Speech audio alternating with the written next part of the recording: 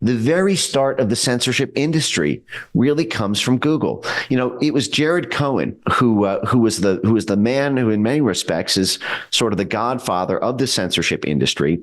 This was. Do I have time to go off on this? Please, please. I'm finding this fascinating. Yeah. So the way we did dirty tricks in the 20th century in the U.S. empire, and by the way, you can make the argument that this was all for the good of the world at the time. I don't necessarily, believe that, but I think that there are schools of thought that say, you need a Department of Dirty Tricks because it's a mean world out there. And if you don't do it, somebody else will.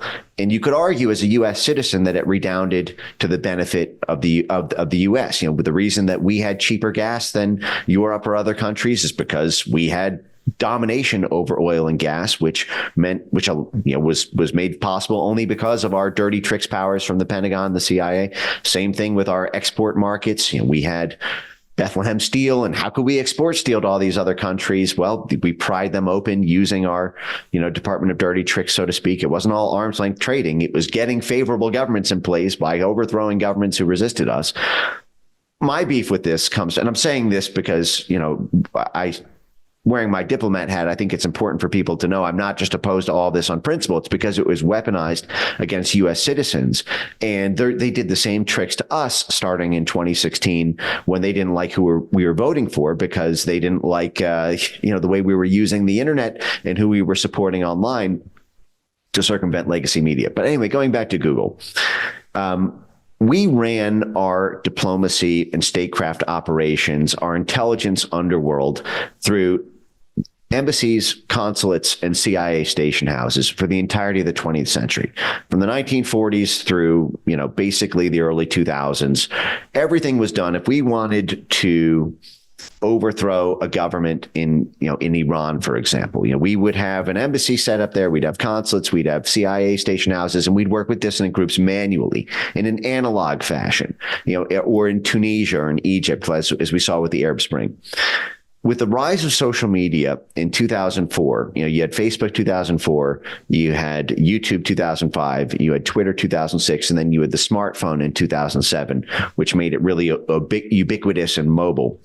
There began to be a new power for running covert operations, for running regime change at a scale that never existed in the analog era. And this becomes a Google story because of a guy named Jared Cohen, who was this whiz kid who I think at the age of something like 26 was recruited to basically the inner sanctum of coordinating State Department and CIA operations within the State Department. It's the policy planning staff. This guy was a Republican. Cohen was a Republican pick from Condoleezza Rice.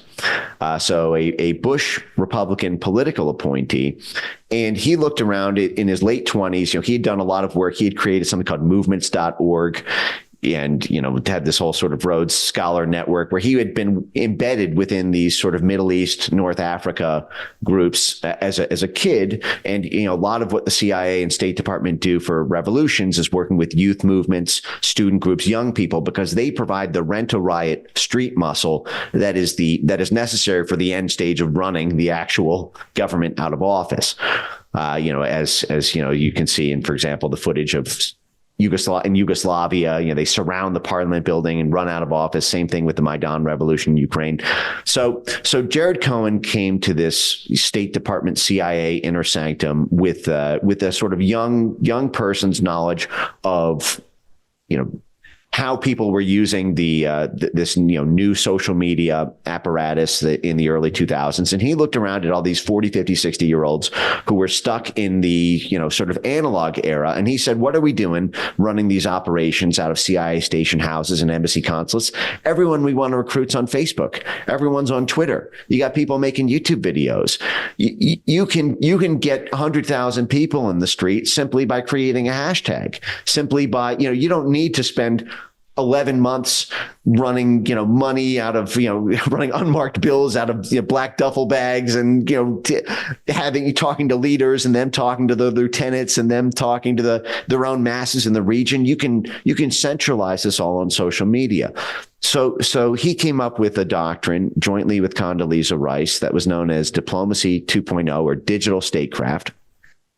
And this was deemed to be so mission critical to the State Department's work that Jared Cohen was kept on at State when there was a changeover from Republican to Democrat when Barack Obama won the 2008 presidential election, and you had Hillary Clinton become the Secretary of State. And so, Hillary Clinton and Jared Cohen kept that game running, and it culminated in 2010, 2011 in the high watermark of free speech on the internet, the Arab Spring, which is when Tunisia and Egypt and one by one, all of these governments who were declared authoritarians and wanted to be toppled by the Obama administration were all toppled in Facebook revolutions and in Twitter revolutions. And at that point, Jared Cohen was the talk of Washington. People were talking, this kid's going to be president. This young guy before the age of 30 was declared by Time magazine as one of the 50 most powerful people in Washington. He could have done anything. And he sort of surprised the entire foreign policy establishment world when he decided to leave the State Department at the height of his power, so to speak, and celebrity, to join what was at the time a company that was not even in the top 100 by market cap. It was only 120, I think, in 2010. And it was this mid-sized company called Google. Yeah. And Jared Cohen was given a very strange job at Google, which is to sit in a room by himself and stare at a white wall and think about all of the interesting ways that Google could use its proprietary resources and data to solve complex geopolitical problems. This was the moment that Julian Assange sort of, picked up on and wrote about, where he described this as the moment that Google became the shadow State Department, with Jared Cohen serving as the CIA State Department liaison directly to Eric Schmidt. Him and Eric Schmidt would become thick as thieves. They would co-write a book together on the future of democracy in the digital age. And it would be from there, Jared Cohen took a very keen interest in the 2016 presidential election and would then turn this one-person think tank, Google Ideas, into a new vehicle called Google Jigsaw, which would go on to create the first retail weapons of mass deletion, the AI censorship technology that started off being funded by DARPA, the same way Google started off being funded by DARPA, essentially. And these were the AI censorship tools that would come to ensnare. So Jim Rickards has just recorded a video that's not available to anyone in the public, and he's going to be talking about how this upcoming recession is going to be fast, it's going to be bloody, it's going to be nasty. But at the same time, he's going to show you how you can position yourself to profit from all of this chaos. Now, we've made this video only available to our viewers. Go to londonreal.tv/Jim. Watch that immediately. I can't say enough good things about Jim Rickards. He understands the global economic system better than any guest I've ever had on London Real. His predictions are almost uncannily true, and you can learn how to profit from his vision, from his expertise, and his understanding of economics. So go to londonreal.tv/Jim or click the link below. It's an excellent, excellent look on what's going to happen in the future and how you can position yourself to profit from that. Jim is one of the best in the business, one of my favorite guests on London Real, and he's very, very good at predicting the future and showing us all to profit from it. So click the link, and I hope you enjoy. The greedy bankers are about to do it again. In 2008, they crashed our financial system and nearly bankrupted the entire global economy. Then they received trillions of dollars in government bailouts. And after, they demanded fat bonuses paid for by you, the taxpayer. It turns out the banks haven't just been screwing the American taxpayers, they're also screwing over their investors. Turns out the banking industry is the worst place you could put your money, despite enormous taxpayer bailouts. Now the bankers are back to take away your financial freedom. They lie and tell you that cryptocurrency isn't safe. They try to make it illegal for you to choose how to invest your hard-earned money. They lie and say cryptocurrency is used by money launderers and criminals. But look at the record. It's the banks themselves that launder hundreds of billions of dollars every year to the biggest criminal operations in the world. Leaked documents have revealed how some UK banks have helped criminals, money launderers and Russians under sanctions. American authorities discovered that the Sinaloa cartel moved $881 million through HSBC accounts as bank officials turned a blind eye to the illegality. The bankers lie and say cryptocurrency is not a real investment. Meanwhile, the smartest CEOs in the world are buying billions and billions of it. The truth is that banks lie about cryptocurrency because it makes them scared. The banks take $9 trillion per year of your hard-earned money, and they are worried that they will finally be exposed.